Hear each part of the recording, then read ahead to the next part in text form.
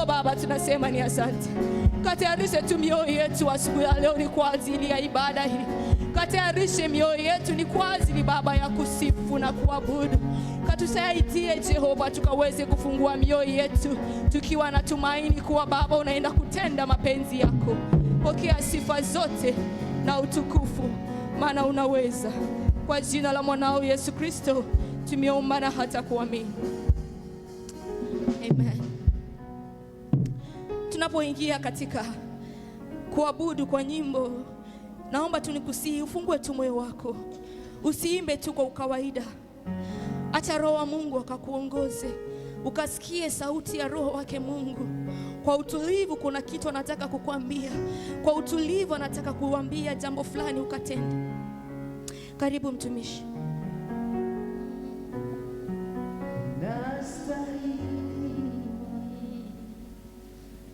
Unastahili, unastahili Bwana, unastahili kuabudiwa, unastahili Bwana, unastahili, unastahili Bwana, unastahili unastahili Bwana,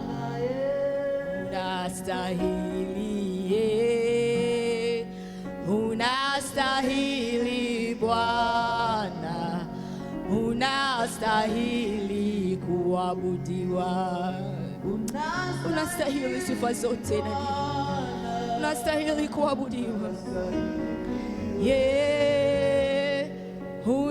unastahili Bwana, unastahili kuabudiwa, unastahili, unastahili Bwana, unastahili kuabudiwa, unastahili Bwana, unastahili, unastahili Bwana, unastahili kuabudiwa, unastahili Yesu, unastahili, unastahili Bwana, unastahili kuabudiwa. Yes Lord. Ela tumbele zake Mungu, ambie Mungu unastahili sifa zote. Unastahili ibada yangu asubuhi ya leo. Enda tuambie Mungu nasema ni asante. Moyo wangu umejawa na shukrani asubuhi ya leo kwa matendo yako makuu. Ambia Mungu nasema ni asante kwa leo tumetenda, unazidi kutenda maishani mwangu. Ambia Mungu nasema ni asante kwa vile jinsi ulivyo katika maisha yangu. Umekuwa Jehova Jireh, umekuwa Jehova Shalom, umekuwa Jehova Shama, umekuwa Jehova Rafa. Nilikuwa mgonjwa lakini kupitia kwako nikapata uponyaji. Ambia Mungu tu asante, maana yeye ni El Roi, the God that sees. He is the God that sees in our lives when that which is in the secret place, oh God. Ikaya zeleta tabo kontoko yele azakaya talahabo kontekela yezekete te te te te te te te yezekela bo kontoye te te akakaya kakaya kakaya kazeke akakaya kakaya kazelete tabo kontoyele akakaya zekete tabo kokoila yentetetela ya zeke botoloko ile akazakaya teta akazeya tabo kontoye tekela ikakaya tetayela ikakaya zeketela ikakaya zaya tatebo kokoyele tela. Unastahili Baba, unastahili asubuhi ya leo, unastahili sifa zangu kutoka moyoni. Maana tazama Baba, umenikinga, umenipigania, umekuwa mtetezi katika maisha yangu, umekuwa mtetezi katika huduma yangu. Akazekele tetabo kontoyele izaya tatabo yele azaya tatela azaya talela ikaya zaya tataya teke azeke boko koyele telaka azaka yala tataya la boko koyela yete taboko sokoyela la yala teke akakaya zeleta. Tafakari tu matendo ya Mungu katika maisha yako. Tazama vile jinsi amepigania jamii yako. Angalia vile jinsi amekuwa pamoja na watoto wako. Ambia Mungu asante. Ambia Mungu asante kwa sababu nimepatikana katika nyumba yako asubuhi ya leo. Maana Baba, wewe ni Mungu, wewe ni mfalme, wewe ni moto ulao hata katika haja zangu. Wewe ni moto ulao hata katika haja zangu. Wewe ni Elroy, wewe ni Mungu unayeona tayari aliyo sirini. Wewe ni Mungu unayeona vile vita vyote hata vilivyo sirini. Akakaya zeletela yentete boko soko yeleteke Isaya tazaya Isaya takaya la haboko koile haya tala yelele boko koile azeke boko ntaya azeke boko tokoile azaya tale boko koile azekentela boko ntoila yalentetela. Oh Baba, nasema ni asante asubuhi ya leo.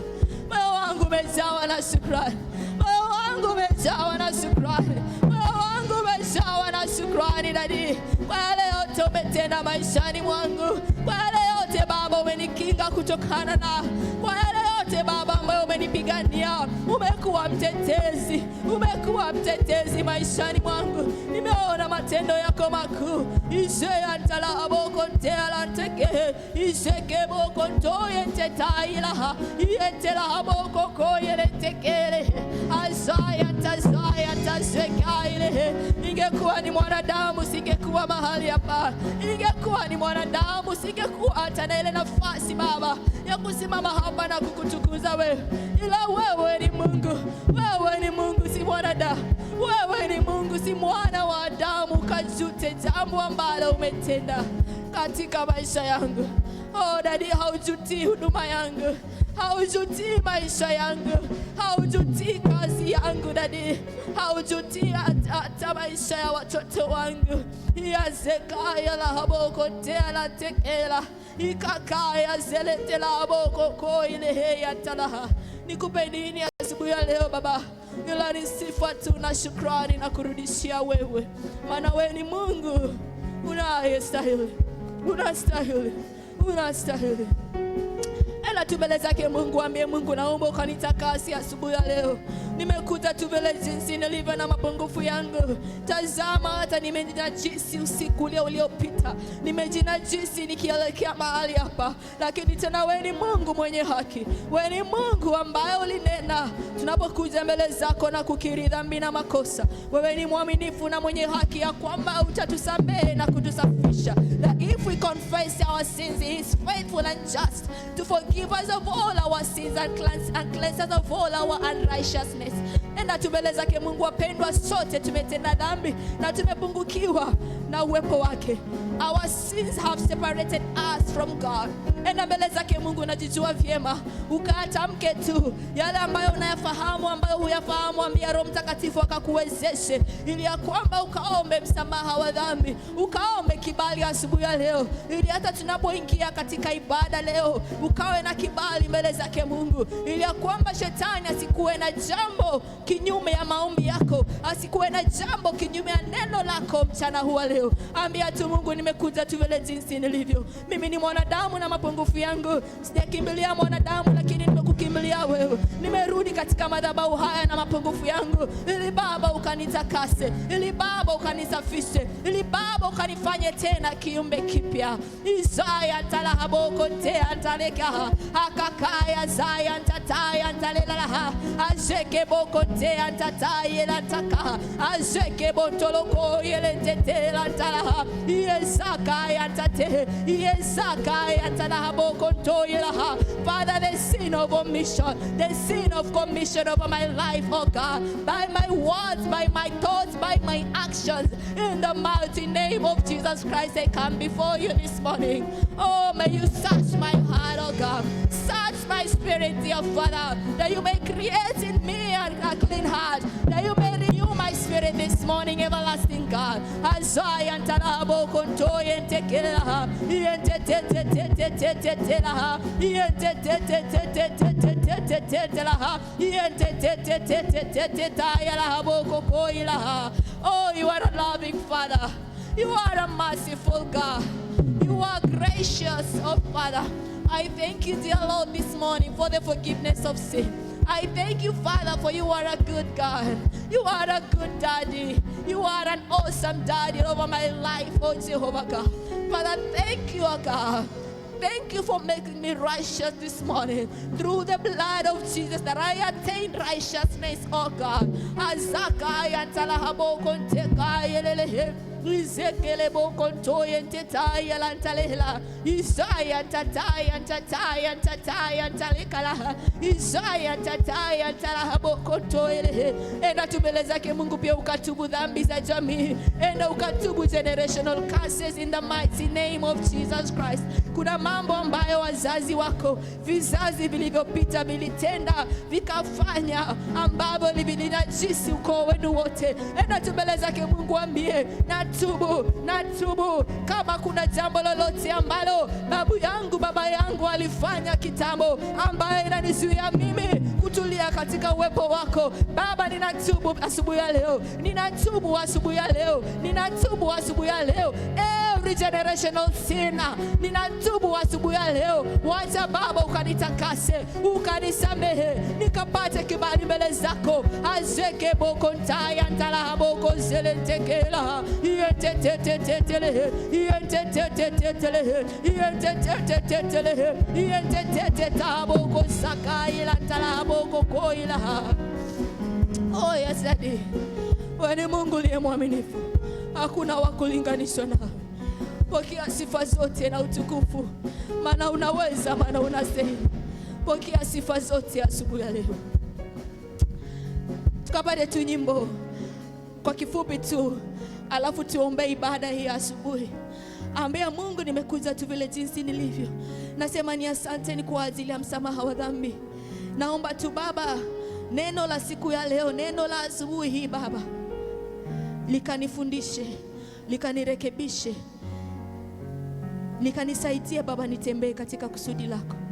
Karibu mtumishi kwa kifupi tu, alafu utaingia kuombea ibada ya asubuhi ya leo.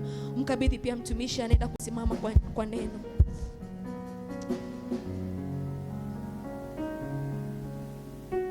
Ni wewe Bwana, ni wewe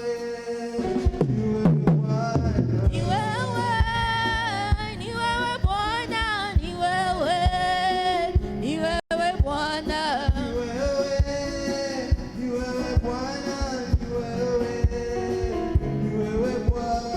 Ni wewe Bwana, ni wewe Bwana.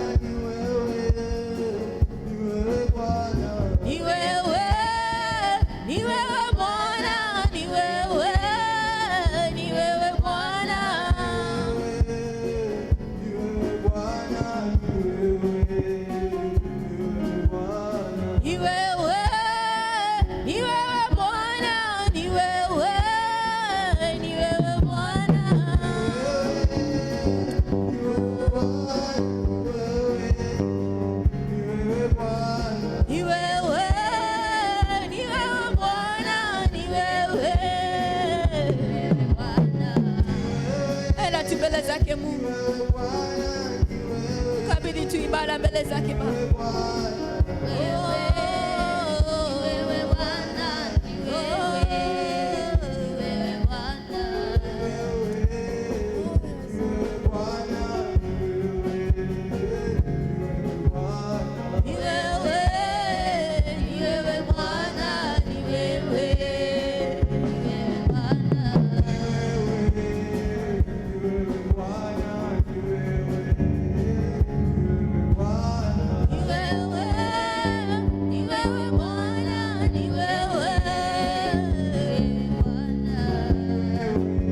Mbele zake Mungu, ukabidhi ibada ya siku ya leo mbele zake.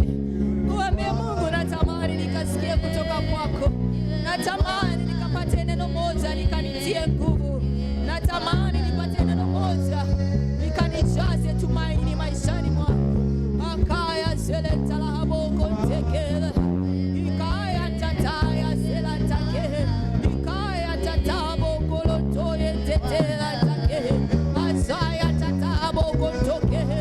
Azaya tatebo kolotoko ile, azaya tatebo koko ile ha, yetetebo koko ile tekela ha, azekebo kotoko, azekebo kotere, azekebo kotokela ha, azeketela habo kote atakaile, akakaya kakaya kalehe, akakaya kakaya katelehe, akakaya kakaya seketa ha, akakaya kakaya katelehe la, iseyetela habo kontoye tete, akakaya la habo kontoye, akazele tete tete tete, akazeketela habo kokoye la talaha, yekaya tataya tataya tataya, yetataya tataya takela, yetataya tataya seleteke, alakabo kokoye la take, alatake boko toye la tate, aseyetetela, aseyetetela, aseyetetela, aseyeteke boko koye la, akakaya kakaya kakaya la haya tetele. Oh Baba, tunasema ni asante asubuhi ya leo. Asante Baba ya kwamba tumepatikana katika nyumba yako. Asante na niko utukufu wako.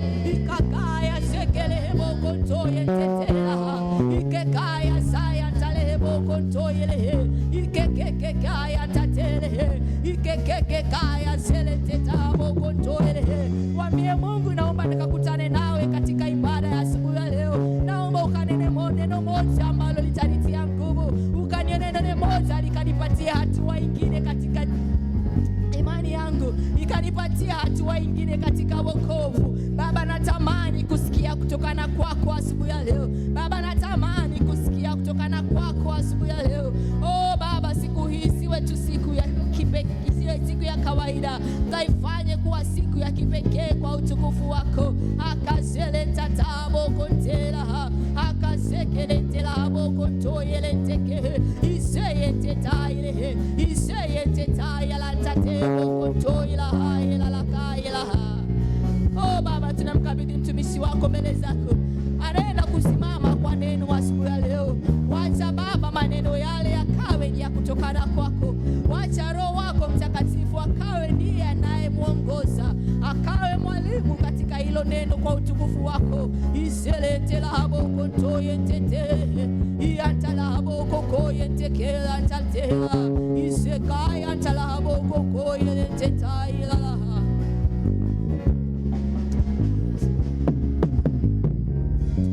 Tulia mbele zake Mungu.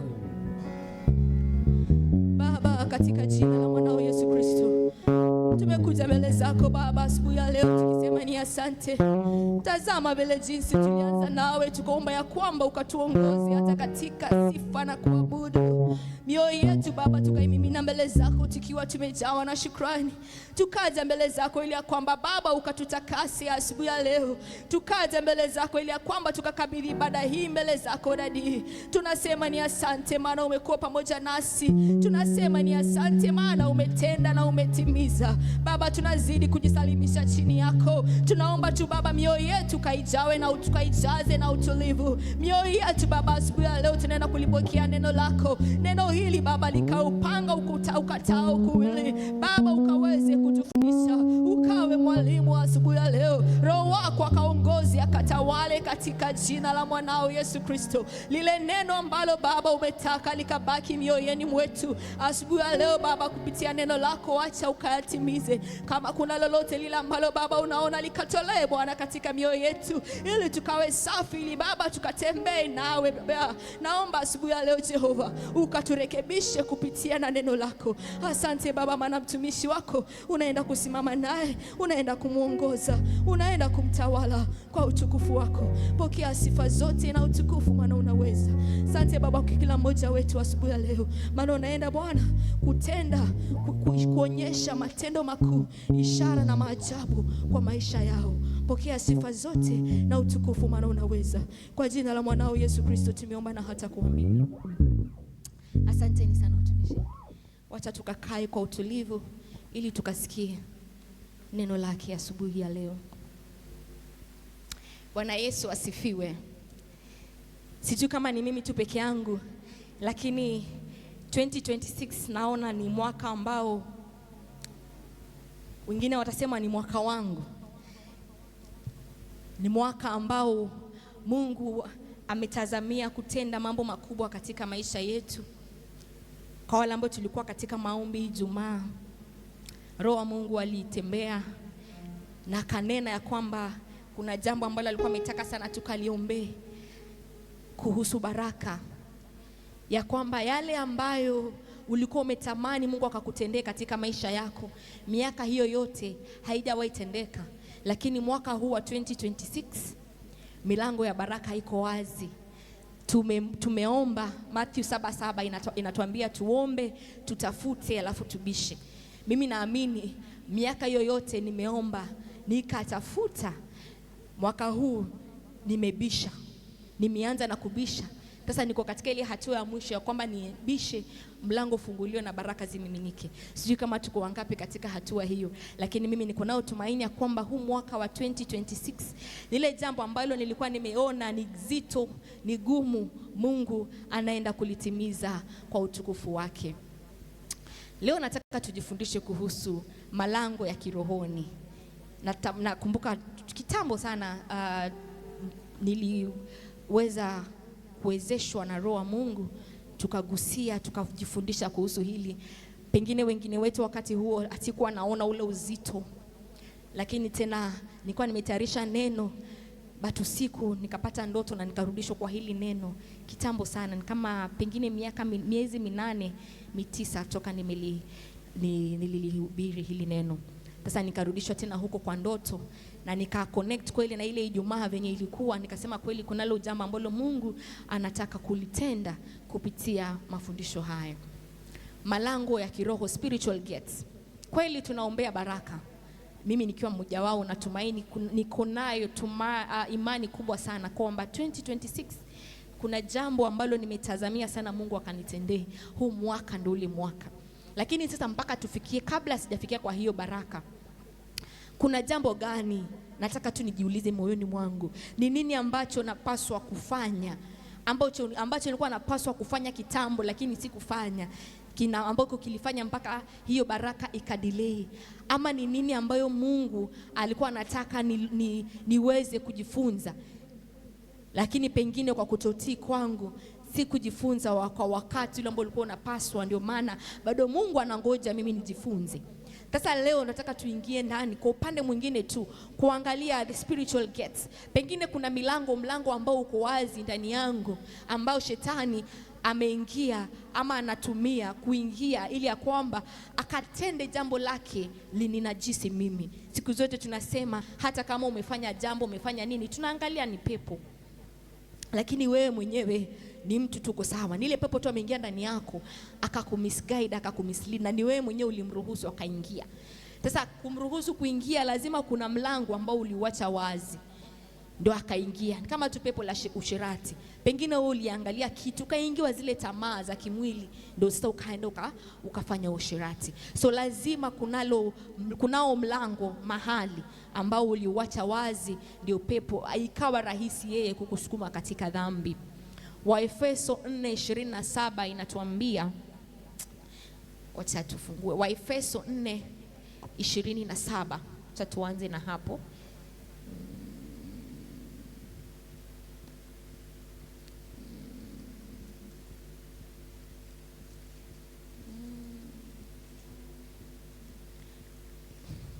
Waefeso 4:27 tasoma, wala msimpe ibilisi nafasi mwibaji asiibe tena, bali afadhali afanye juhudi akitenda kazi iliyo nzuri kwa mikono yake mwenyewe, apate kuwa na kitu cha kumgawia mhitaji. Wala usimpe ibilisi nafasi. Ikisema kuwa wala usimpe ibilisi nafasi, ina maana ya kwamba niko na ule uwezo mimi kama Sheila kupeana ibilisi nafasi, na niko na ule uwezo kama Sheila nisipeane nafasi kwa ibilisi. Sasa ukishampea nafasi yule ibilisi, ndio tunasema sasa hapo ndio umeachilia mlango ya kwamba sasa yule ibilisi akaweza kuingia. Na tunajua siku zote amekuja kuiba, he came to steal, kill and to destroy. Kuiba, kuharibu na kuua kama sijakosa. He came to kill, to steal, kill and to destroy. Hiyo ndo kazi yake mwovu shetani ambaye amekuja kufanya. Sasa kama mimi nimempatia yule nafasi, akishaingia ataharibu, akiingia ataiba, na akiingia pia mwisho ataua. Sasa kupitia ile milango ile ya kwamba tusipatikane mahali ambapo tumeharibika, tusipatikane mahali ambapo kile kilicho ndani yetu ambacho Mungu alikuwa amekiweka kimeibiwa na mwovu shetani, ama hata mbaya zaidi tufe kiroho kwa sababu tumeachia shetani nafasi, mlango kuingia katika maisha yetu. Wacha tuweze kuangalia ni malango gani. Tukisema mlango ni sawa, hiyo ambao shetani atatumia ingie, but spiritually ni njia gani ama ni nini ambao nitakuwa nimefanya ionekane kuwa mimi nimeachilia mlango wazi. So kunayo malango tofauti ambayo ile adui shetani huwa anatumia. Nataka tuingie tu kwa kindani tuyaangalie, alafu pia tuweze kujifunza hapa ni nini ilifanyika hapa. Tutaingia tu katika Biblia. Leo mimi ni mwalimu, nataka tuingie zaidi kwa Biblia, alafu sasa baadaye tuangalie tu funzo ni gani hapa na suluhisho ni lipi, mimi kama Sheila niweze kusaidika. Lango la kwanza ni lango la kutotii. Lango la kutotii, na hiyo tutasoma kwa kitabu cha Mwanzo 3:1 hadi 7. Huwa napenda kuwasihi watu wawe na kalamu na karatasi. Kama mwanafunzi tu mzuri, mimi pia wanapenda kuandika, ndio vitu kama hivi uweze kuvishika. Mwanzo 3:1 hadi 7 inasema, basi nyoka alikuwa mwerevu kuliko wanyama wote wa mwitu aliyowafanya Bwana Mungu. Akaambia mwanamke, ati hivi ndivyo alivyosema Mungu, msile matunda ya mti yote ya bustani? Mwanamke akamwambia nyoka, matunda ya mti ya bustanini twaweza kula, lakini Mungu amesema msiale wala msiaguse msije mkafa. Lakini matunda ya mti ulio katikati ya bustani Mungu amesema msiale wala msiaguse msije mkafa. 4. Nyoka akamwambia mwanamke, hakika hamtakufa, kwa maana Mungu anajua ya kwamba siku mtakayokula matunda ya mti huo mtafumbuliwa macho. Naomba tu 4. Nyoka akamwambia mwanamke, hakika hamtakufa, kwa maana Mungu anajua ya kwamba siku mtakayokula matunda ya mti huo mtafumbuliwa macho, nanyi mtakuwa kama Mungu, mkijua mema na mabaya. Mwanamke alipoona ya kuwa ule mti wafaa kwa chakula, wapendeza macho, nao ni mti wa kutamanika kwa maarifa, basi alitwaa katika matunda yake akala, akampa na mumewe, naye akala. Wakafumbuliwa macho wote wawili, wakajijua kuwa wauchi, wakashona majani ya mtini, wakajifanyia nguo. Ilikuwa tu ni kule kutotii.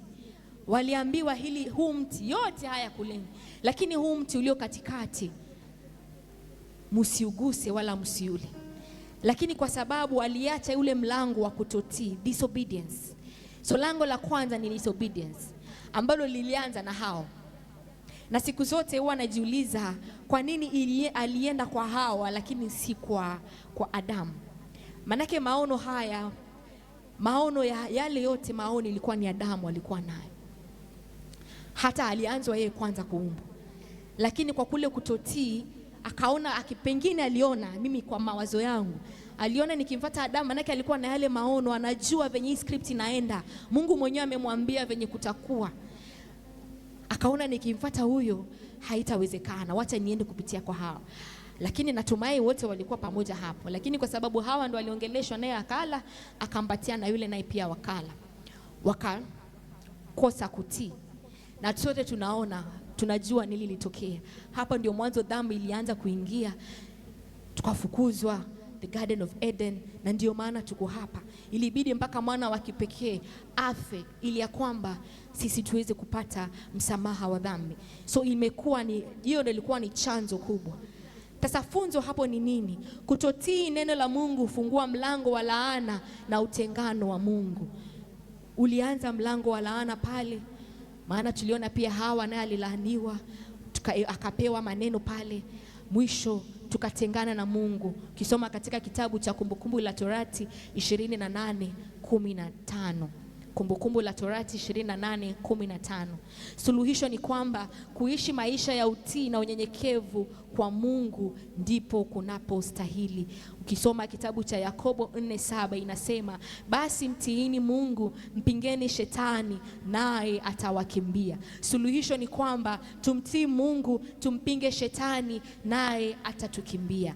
Kitabu cha Yakobo 4:7. Funzo limetoka kwa kitabu cha Kumbukumbu la Torati 28:15. Suluhisho iko katika kitabu cha Yakobo 4:7.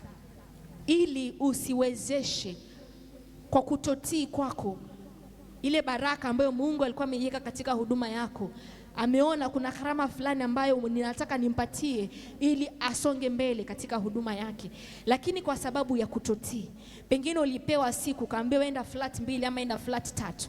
Wewe umeanza kufunga siku ya kwanza, ukakosa kutii. Haukumaliza hizo siku ama haukuzichukua kwa uaminifu. Umemaliza siku hizo, lakini lile jambo ambalo Mungu alikuwa ametaka kutenda, ile baraka ambayo ilikuwa ifunguliwe, ukakosa kuipata kwa sababu ya kutotii. Mlango wa kwanza ni kutotii. Mlango wa pili ni lango la dhambi. Lango la dhambi, Mwanzo 4:6-7. Lango la dhambi, Mwanzo 4:6-7. Bwana akamwambia Kaini, kwa nini una ghadhabu na kwa nini uso wako umekunjamana? Kama ukitenda vyema hutapata kibali, usipotenda vyema dhambi iko inakuotea mlangoni, nayo inakutamani wewe, walakini yapasa uishinde. Hii ilitokea baada ya Kaini na Habili walipotoa sadaka zao. Sadaka ya Habili ikakubalika, ya Kaini ikakataliwa. Kaini akaingiwa na ghadhabu. Badala ya kuwa amrudie Mungu, aulize Mungu, kwa nini sadaka yangu haikuchukuliwa? Napaswa kufanya nini? Arudi katika magoti. Napaswa kufanya nini? Nifundishe. Lakini hakutaka kufundishika. Ile ghadhabu ikamzidi hadi mwisho akatenda dhambi, akaenda akaua. Funzo ni kwamba unapoona kunalo jambo ambalo umelifanya ambalo limekatalika na Mungu, enda tu mbele zake Mungu, ukazidi tu kudai napaswa kuenenda vipi, napaswa kutenda vipi. Ukatubu mbele zake, ambie Mungu, kweli nilifanya hii na hii na hii, lakini kweli haikukupendeza. Nimetoa sadaka hii, haikukupendeza, na kurudia wewe, ukazidi kuniongoza, ukazidi kunitawala. Kitabu cha Yohana wa kwanza 1 John 1:9. Kutubu na kutembea katika haki kunaweka adui mbali.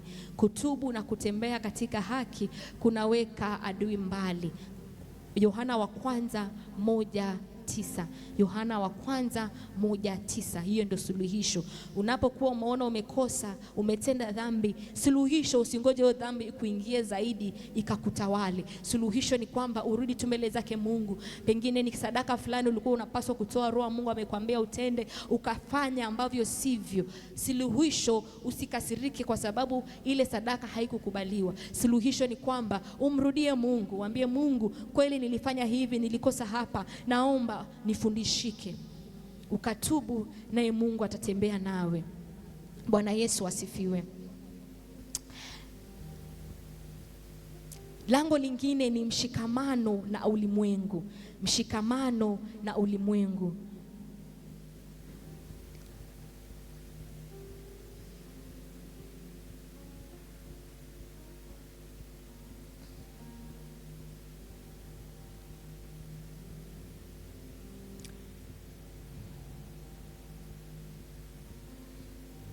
mshikamano na ulimwengu. Kizungu tutasema the gate of idolatry.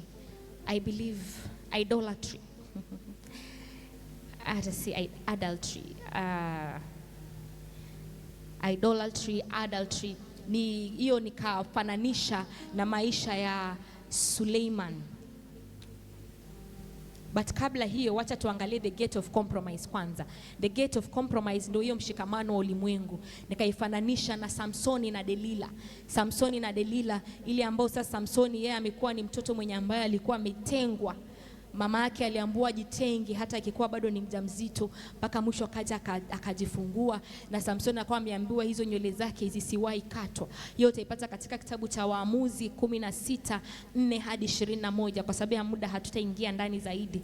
Waamuzi 16:4 hadi 21. Waamuzi 16:4 hadi 21. Hiyo ni hadithi ya Samson na Delilah. Natumai wengi tumeisoma shule na wengi pia tumeisoma katika Biblia, tunaifahamu vizuri hivyo. Samson akaambiwa zile nywele zake, hapo ndipo nguvu zake zilipo.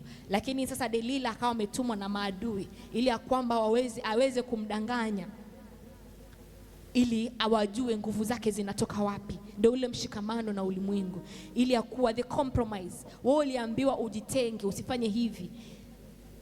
Lakini kwa sababu ya dhambi, kwa sababu ya tamaa ya kimwili, kwa sababu ya tamaa ya malimwengu, akawezwa kushikwa na hapo ndio shetani naye akatumia kama lango. Tukisoma kule mwisho tuliona vile ambavyo Delila akaja akajua siri ni gani, wakamnyoa, na tunajua hadithi vile ambavyo iliisha. So funzo ni kuwa adui hulenga maeneo yetu ya udhaifu ili kutuangusha.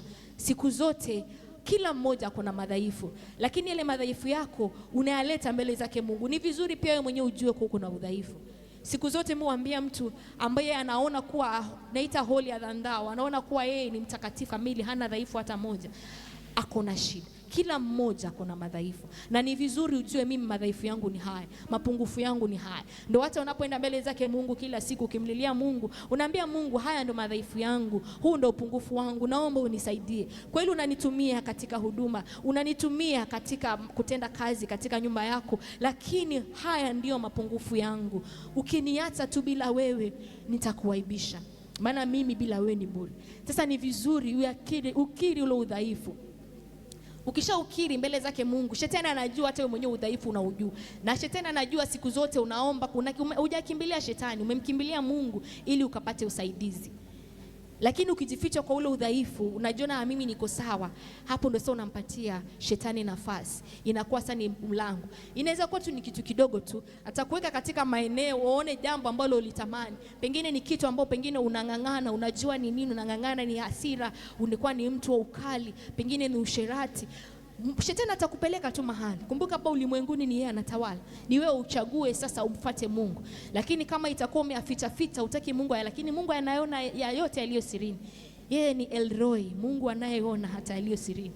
Ukisema unaificha ndio unampatia shetani nafasi. Anakuweka katika ile eneo ambalo anajua hapa atashindwa na mimi nitaingilia hapo. Bwana Yesu asifiwe. So suluhisho ni kwamba tuwe macho kiroho na kutokubaliana na viwango vya ulimwengu. Uangalie, uipitishe, hii imekaa vipi? Ukisoma katika kitabu cha Wakorintho wa kwanza 10:12, Wakorintho wa kwanza 10:12, yapime, angalia kila jambo na macho ya kiroho. Mambo mengine utakuwa umeyaona pengine akakutamanisha, lakini umeuliza Mungu, ni sawa nifanye hivi, nienende hivi, ama ni mimi tu tamanio zangu? Ndio kwa nasema hata kule kutembea katika huduma, hata katika maisha, tamani sana uwe katika kusudi la Mungu, isiwe kawa ni tamaa yako. Pengine unaweza kuwa uko hapo unatafuta kazi, unalilia Mungu akupatie kazi, uende mahali fulani, uende nchi fulani, kumbe Mungu ametaka wewe utumike kama mchungaji, utumike kama mwinjilisti matangoni tu Agano Church. Ulizia Mungu, hapa penye ambapo unatamani kwenda ni kusudi lako ama ni tamanio za moyoni mwangu, ili siku zote unapofanya, unapotenda, uwe katika kusudi lake Mungu. Bwana Yesu asifiwe. Tumesema suluhisho linatoka kwa kitabu cha Wakorintho wa kwanza 10:12. Wakorintho wa kwanza 10:12. Lango la 4 ambalo nilikuwa nimelisema the gate of idolatry, linaitwa lango la ibada ya sanamu. Lango la ibada ya sanamu. Lango la ibada ya sanamu. Wafalme wa kwanza 11:1 hadi 11. Wafalme wa kwanza 11:1 hadi 11. Lango la ibada ya sanamu. Wafalme wa kwanza 11:1 hadi 11. Hapo utapata ile hadithi ya Suleimani, Solomon. Tulimuona vizuri kabisa venye alikuwa tu mfalme mzuri, lakini sasa kule kwa kuabudu akakuwa naoa. Alioa mpaka ikafika mahali sasa wale ambao walikuwa wamewaoa wakaja na miungu ya kigeni. Wakatoka katika kule kuworship Mungu, wakaanza kuworship the idols. Aliruhusu tamaa ya mwili na kutotii amri za Mungu, jambo lililopelekea uabudu sanamu. Ili ya kwamba sasa ameona, nimetamani mwanamke yule, wacha nimlete katika nyumba yangu, wacha nifanye, na wengine wakawa wanaabudu sanamu. Polepole mpaka sasa ikakuwa eneo hilo lote wakaanza kuabudu sanamu. Wakati huo sawa, ilikuwa ni sanamu, kinyago kimewekwa pale wakakiabudu. Lakini wakati huu sisi kama binadamu, kuna yule mwenye ambaye atakuwa ameabudu hata fedha. Ameabudu yeye nyumba yake. Sasa badala ya kwamba unapaswa kuja katika ibada masaa fulani, unakaa nyumbani unajipia tu shughuli zenye ambazo haziko, mpaka unachelewa katika ibada. Hiyo pia huwa ni sanamu. Na Mungu is a very jealous God. Mungu ni Mungu aliye na wivu. Akitenga siku, umetenga kuwa ni ametenga siku ya kwamba hii siku ni mimi nipatane na watu wangu, unapaswa kufika katika ibada masaa fulani. Lakini kwa zile shughuli ambazo pengine hata ukiulizwa hautaweza kuzieleza, lakini shughuli hizo zikakuchelewesha katika ibada, na jambo la kujirudia kila wakati, umeifanya nyumba yako kuwa sanamu, ili ya kuwa mpaka unasema wacha tu nilale, wacha nitaamka tu wakati niende wakati ule. Pengine uko katika huduma, unatarajiwa muje katika mazoezi, unatarajiwa kuja kupanga viti, lakini kukatokea shughuli fulani, ukaona hii shughuli ya nyumbani, wacha nikimbie alafu nitaenda kanisani baadaye. Hiyo pia ni sanamu, haimpendezi Mungu. Wacha tufanye ya Mungu kwanza. Unaambiwa hata tafuta kwanza ufalme wake. Ufalme haimaanishi kuwa ni zile baraka. Ufalme inamaanisha kwa kila jambo mtumaini Mungu na umweke Mungu katika kila hoja. Mimi hushangaa sana nikiona mtu anang'ang'ana kuja katika nyumba yake Mungu, anang'ang'ana kupatika kwa ibada na hata maombi, ilhali yote hayo ni kukusaidia wewe. Maanake ukiambiwa utafute kwanza ufalme wake, huo ndio ufalme ambao unautafuta. Ukisha utafuta huo ufalme, hayo mengine ndio yataongezea. Sasa kama kule kwa kutafuta ufalme unang'ang'ana nako, si lazima utang'ang'ana kupata hizo baraka.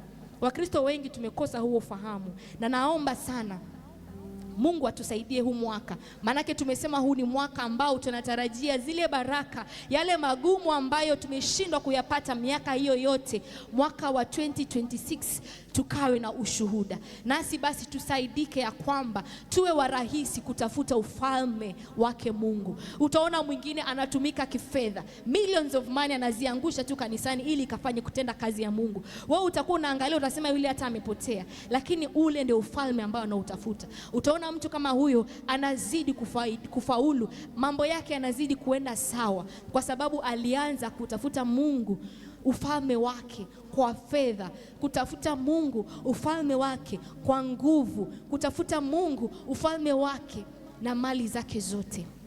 Hicho ndicho ambacho ni cha muhimu zaidi. Wacha tutulie katika nyumba ya Mungu, tutafute ufalme wake. Hata the Great Commission ilikuwa ni kuja ku make disciples. Hiyo ndio kazi yake Mungu. Wewe ni muinjilisti, lakini uko nyumbani una ule ugumu ya kutafuta ufalme wake Mungu. Mwaka huu Mungu atusaidie, maana lengo la mwaka huu ni baraka zake Mungu, si jambo lingine. Yale magumu ambayo yalishindikana kufanyika, mwaka huu lazima tuyapate by fire, by force. Bwana Yesu asifiwe.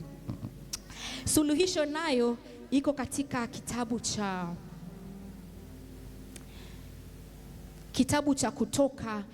Kutoka 23 hadi 5.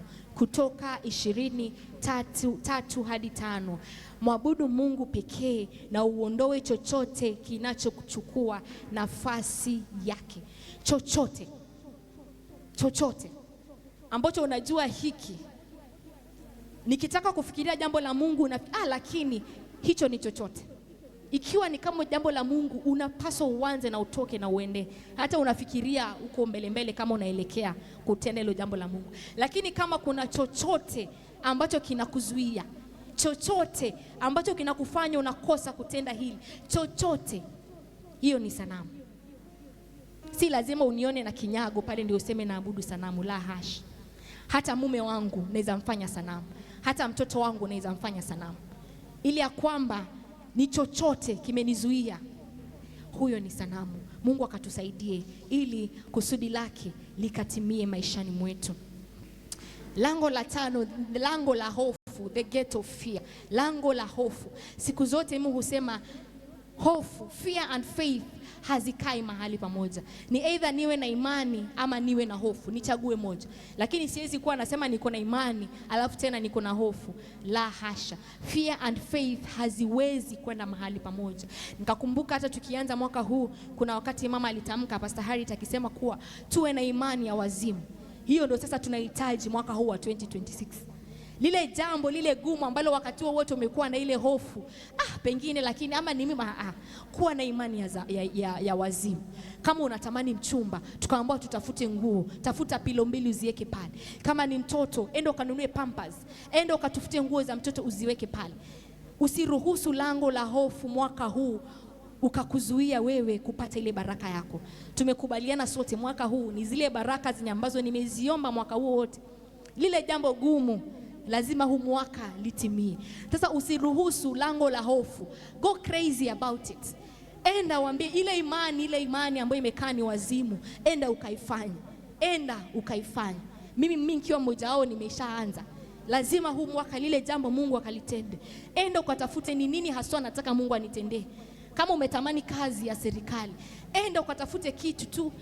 Kama umetamani gari, katafute tu ufunguo, useme hii ni ufunguo wa gari, na ushikilie kila siku na ubeba ni kama ni ufunguo wa gari. Umetamani kujenga, tafuta ufunguo, useme hii ndio ufunguo wa nyumba yangu. Kila siku kicho kiombe unaambia Mungu, nyumba yangu ndio hii. Hata ukiwa katika maombi unajaribu kufungua hiyo nyumba. Imani iliyo wazimu, usiruhusu hofu ikakuingia. Hiyo utaipata katika kitabu cha Ayubu 3:23. Hofu ni kinyume cha imani. Ayubu 3:25. Samahani. Ayubu 3:25. Ayubu alisema, kitu nilichokiogopa sana kimenifikia. Kitu nilichokiogopa sana kimenifikia. Shetani anajua hofu yako. Ukimruhusu tu ajue hofu yako ni gani, anajua hofu ni gani. Maanake Ayubu yeye alipenda sana watoto wake.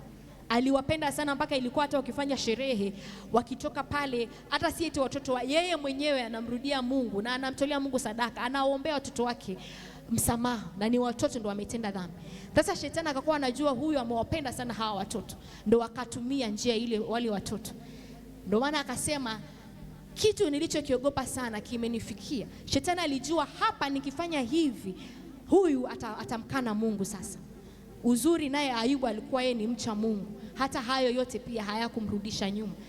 Sasa shetani ukimwachia nafasi ya hofu, akishajua tu hofu yangu ni hii, amekumaliza. Kama utakuwa wewe hujasimama imara katika wokovu, katika imani, na of course ukiwa na hofu ina maana kuwa imani haiko. So wewe hata imani yako pale haiko.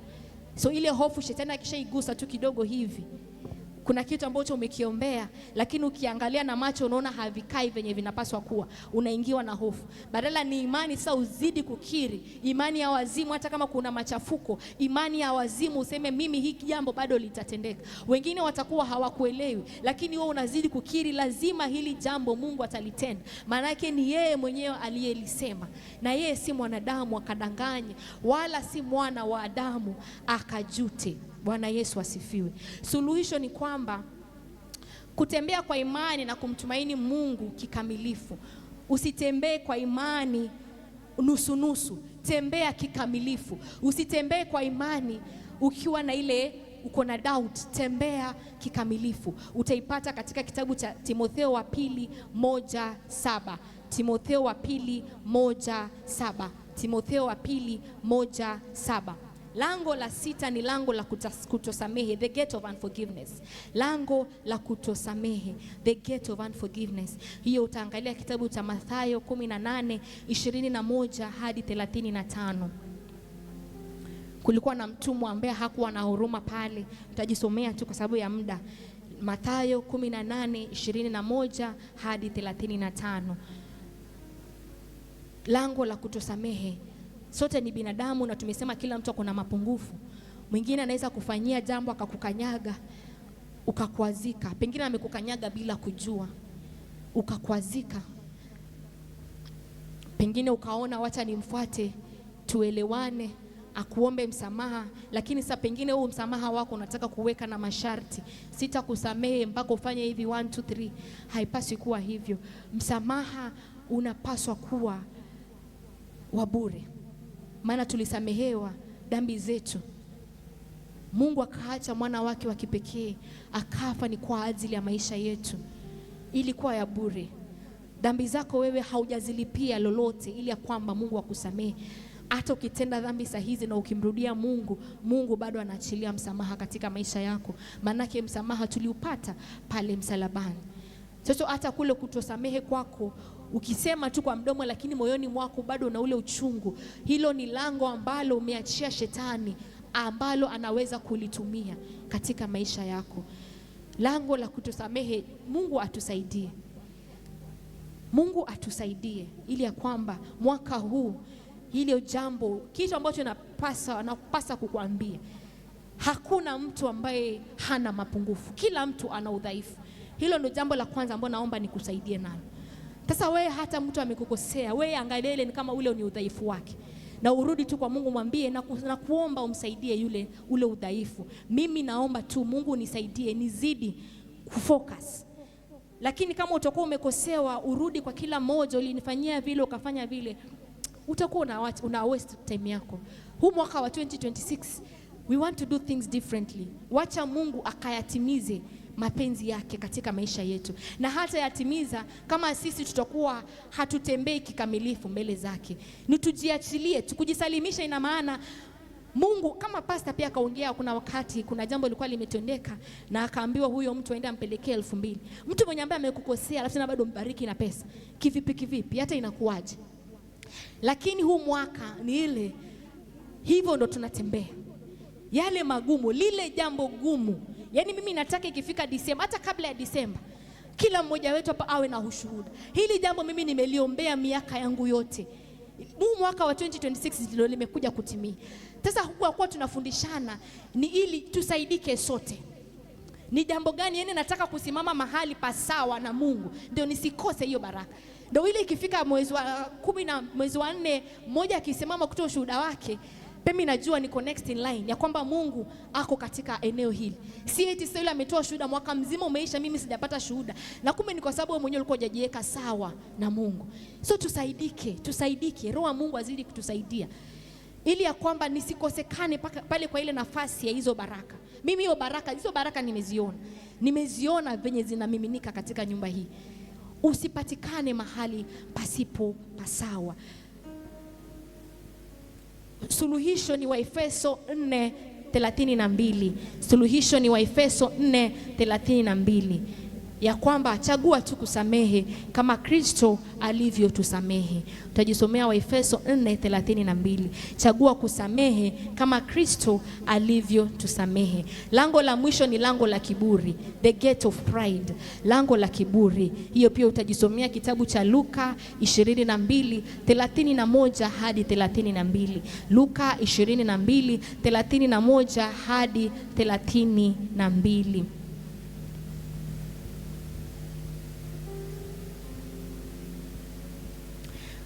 Tajisomea hiyo. Ni hadithi ya Petro na mtihani ule wa shetani. Suluhisho hapa ni kwamba kuwa mnyenyekevu na kumtegemea Mungu. Yakobo 4:6. Kuwa mnyenyekevu na kumtegemea Mungu. Yakobo 4:6. Kweli tumeongea hayo yote. Tukasema tu vile natamani kabisa malango haya yote ambayo tumeyaongea, natamani kabisa yani nijiepushe nayo. ili ya kwamba shetani asikuwe na nafasi, ili ya kwamba nipate zile baraka. Lakini ukweli ni kwamba sio rahisi. Lazima kuna hatua zinazochukuliwe, lazima kuna venye ambavyo napaswa kufanya, kuenenda, ili hata by the time huo mlango kuna ile opportunity ya kuuacha wazi, hakuna tena hiyo opportunity. Maanake nitakuwa nimefanya nini? Ni hatua gani ambazo nitakuwa nimezifanya ili ya kwamba hata hayo malango yenyewe pia yasionekane hata na mwovu shetani. Ya kwamba tambua milango iliyo wazi katika maisha yako. Angalia ni mlango gani ambao uko wazi katika maisha yangu. Unajijua, unajua yale yote ambayo tumeyaongea, na hata tukiingia katika maombi Mungu anafunua zaidi, maana wewe unajijua zaidi. Haya ni yale ambayo Mungu alifunulia Shila akitayarisha neno hili. Lakini wewe unapoingia sasa katika maombi, ambia Mungu, kuna lango gani ambalo unaliona kabisa katika maisha yangu ambalo halijatamkwa pale katika neno. Naomba Mungu unisaidie, nijue ni lango gani, niwekee wazi, nijue ni lango gani ambayo liko katika maisha yangu niweze kusaidika. Ya pili, tubu na kataa nafasi yoyote aliyoipata adui. Tubu na kukataa nafasi yoyote aliyopata adui. Unapoingia katika maombi, unaomba ya kwamba nionyeshe ni mlango gani katika maisha yangu. Ni mlango wa kutosamehe? Ni mlango wa kuabudu sanamu? Ni mlango aina gani ambao uko katika maisha yangu? Pengine kwa wale ambao wamekuja tu kuchelewa, acha tu niongee tu kwa kutamka hayo malango ni gani ambao tumeyagusia. Lango la kwanza tumeangalia lango la kutotii, tukaangalia lango la dhambi, tukaangalia lango la mshikamano na ulimwengu, tukawa na lango la ibada ya sanamu, tukawa na lango la hofu. Lango la hofu, alafu 6 lango la kutosamehe, na mwisho tukaangalia lango la kiburi. Kwa wale ambao wameingia si kitambo, hayo ndo malango yenye ambayo tumeyashughulikia asubuhi hii ya leo. Na sasa unapoangalia unatambua kama kuna mlango tofauti ya ule ambao Mungu haujaufunua asubuhi ya leo, lakini atakufunulia wewe katika maombi. Unajua kabisa kuna lango fulani ambalo nimeliacha wazi katika maisha yangu, naomba Mungu akanisaidie. Kwa hivyo utubu na ukatae nafasi hiyo ambayo ulikuwa umepea adui. Tubu na ukatae ile nafasi ambayo ulikuwa umepatia adui. Ya hiyo utaipata katika kitabu cha Yohana wa kwanza 1-9. Confess your sins. Yohana wa kwanza 1:9. Yohana wa kwanza 1:9. Hatua ya 3, jaza akili yako na neno la Mungu. Jaza akili yako na neno la Mungu. Zaburi 119:11. Zaburi 119:11. Thy word is the lamp on my feet and the light on my path. Ufanye neno la Mungu liwe mwanga kwa miguu yako. The lamp on my feet and the light on my path. Yeah, I believe Kiswahili nimepata hapo. Sasa ufanye neno la Mungu liwe mwanga katika miguu yako, ili kwamba hata ukitembea ule mwangaza unakuongoza. Ule mwangaza unakuongoza. Hiyo nadhani kwa katika kitabu cha Zaburi 109. Lakini jaza akili yako na neno la Mungu ni Zaburi 119:11. Thy word, O Lord, is thy lamp upon my feet and thy light on my path. Hiyo nadhani ni Psalms 109 something if I'm not wrong. So hatua ya 3 ni jaza akili yako na neno la Mungu. Jaza akili yako na neno la Mungu. Ya mwisho, linda mawazo yako. Linda mawazo yako. Wakorintho wa 2:15. Linda mawazo yako. Wakorintho wa 2:15. Tunapoingia katika maombi, tamani tu Roho wa Mungu akuonene, akuongeleshe. Tamani Roho wa Mungu akufunulie wazi zaidi.